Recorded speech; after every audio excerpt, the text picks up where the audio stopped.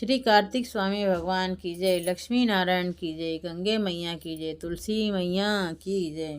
कार्तिक मास कथा का 28वां अध्याय। धर्मदत्त ने पूछा, हे देवगण, जय और विजय ने अपने पूर्व जन्म में ऐसा कौन सा पुण्य किया था जिससे भगवान विष्णु का रूप धारण करके वह उनके द्वारपाल हुए। गणों ने कहा, प्राचीन काल में तृणबिंदु की पुत्री देवहूति से कदर्म ऋषि द्वारा केवल देखने मात्र से ही 2 सुंदर बालक उत्पन्न हुए। उनमें से बड़े का नाम जय और छोटे का अजय हुआ। बाद में देवहूति के गर्भ से कपिल देव जी भी हुए। जय और अजय दोनों ही भगवान विष्णु के बड़े भक्त और धर्मात्मा थे। दोनों ही नित्य प्रति अष्टाक्षर मंत्र का जाप करते थे और भगवान विष्णु का व्रत करते थे। भगवान भी इन दोनों भाइयों पर अत्यंत प्रसन्न थे और नित्य पूजा के समय इनको दर्शन दिया करते थे। एक समय राजा के निमंत्रण पर देवर्षि नारद गणों सहित राजा के यज्ञ में पधारे। उस यज्ञ में जय ने ब्रह्मा और अजय ने पुरोहित बनकर यज्ञ को संपूर्ण करवाया। यज्ञ की विधि पूर्वक समाप्ति हुई। मरुत राजा ने जय और अजय को बहुत सा धन दिया। वह दक्षिणा लेकर दोनों भाई अपने आश्रम में वापिस आए।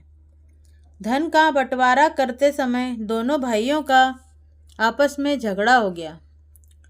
जय ने अजय से कहा कि धन के 2 बराबर बराबर भाग होने चाहिए। अजय ने कहा, नहीं, जितना धन जिसको मिला है उतना धन उसका ही है।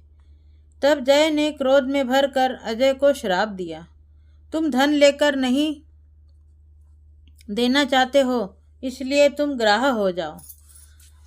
अजय ने जय का दिया हुआ श्राप स्वीकार कर लिया और जय को श्राप दिया, तू अभिमानी है, इसलिए तू हाथी हो जा।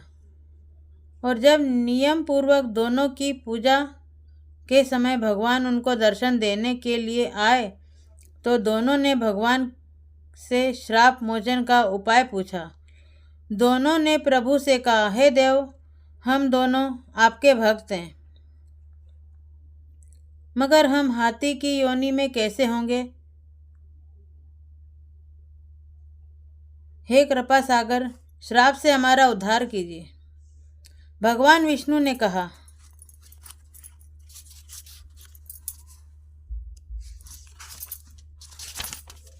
मेरे भक्तों की वाणी भी कभी असत्य न होगी। यमराज भी इसको अन्यथा नहीं कर सकते। पूर्व काल में मुझे भक्तराज प्रहलाद के कहने पर स्तंभ से प्रकट होना पड़ा था और राजा अम्बरीश के कहने पर 10 अवतार लेने पड़े थे। अतएव तुम दोनों अपने श्रापों को भोग कर फिर मेरे लोक को प्राप्त होगे। इतना कहकर भगवान विष्णु अंतर्ध्यान हो गए। गणों ने कहा, तब वह दोनों गंडकी नदी के किनारे मगर और हाथी हुए। जाति स्मरण रहने के कारण इस योनि में भी भगवान विष्णु का व्रत नियम पूर्वक किया करते थे। एक दिन कार्तिक की पूर्णमासी को वह हाथी स्नान के लिए गंडकी नदी में गया। तब पिछले जन्म का श्राप स्मरण करके मगर ने हाथी पकड़ लिया। मगर के पकड़े हुए हाथी ने भी भगवान विष्णु का स्मरण किया। फिर क्या था, तुरंत ही शंख चक्र गदा पद्मधारी भगवान ने अपने सुदर्शन चक्र द्वारा उन दोनों मगर और हाथी का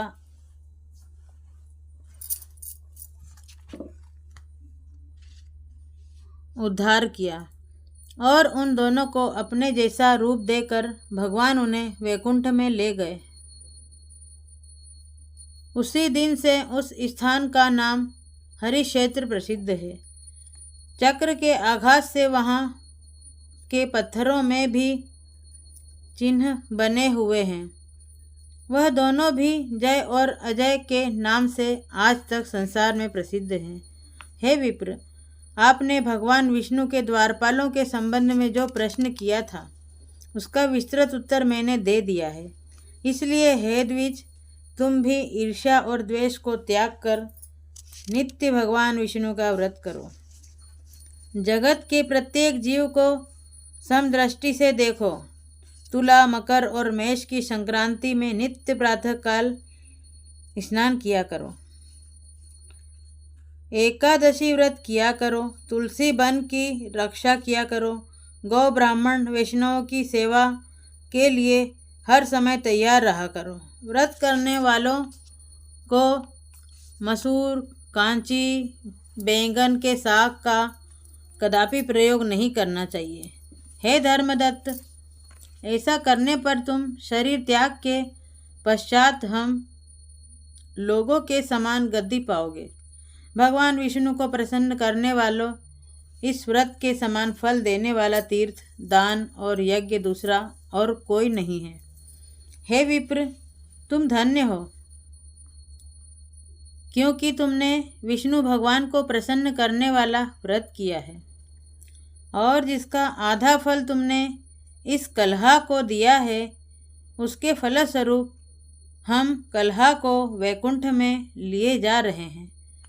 नारद जी ने राजा पृथु से कहा, राजन, इस प्रकार धर्मदत्त को विष्णु भक्ति का उपदेश देकर कलहा को साथ लेकर विष्णु के पार्षद वैकुंठ को चले गए। धर्मदत्त भी उनके आदेशानुसार भगवान विष्णु के व्रत में तल्लीन हो गया, और फिर जब उसका देहांत हुआ तो अपनी दोनों स्त्रियों के साथ विष्णु लोक को गया। हे राजन, जो कोई भी प्राचीन काल के इस इतिहास को सुनता है और सुनाता है, वह अंत में विष्णु लोक को प्राप्त होता है। बोल श्री कार्तिक स्वामी भगवान की जय, लक्ष्मी नारायण की जय।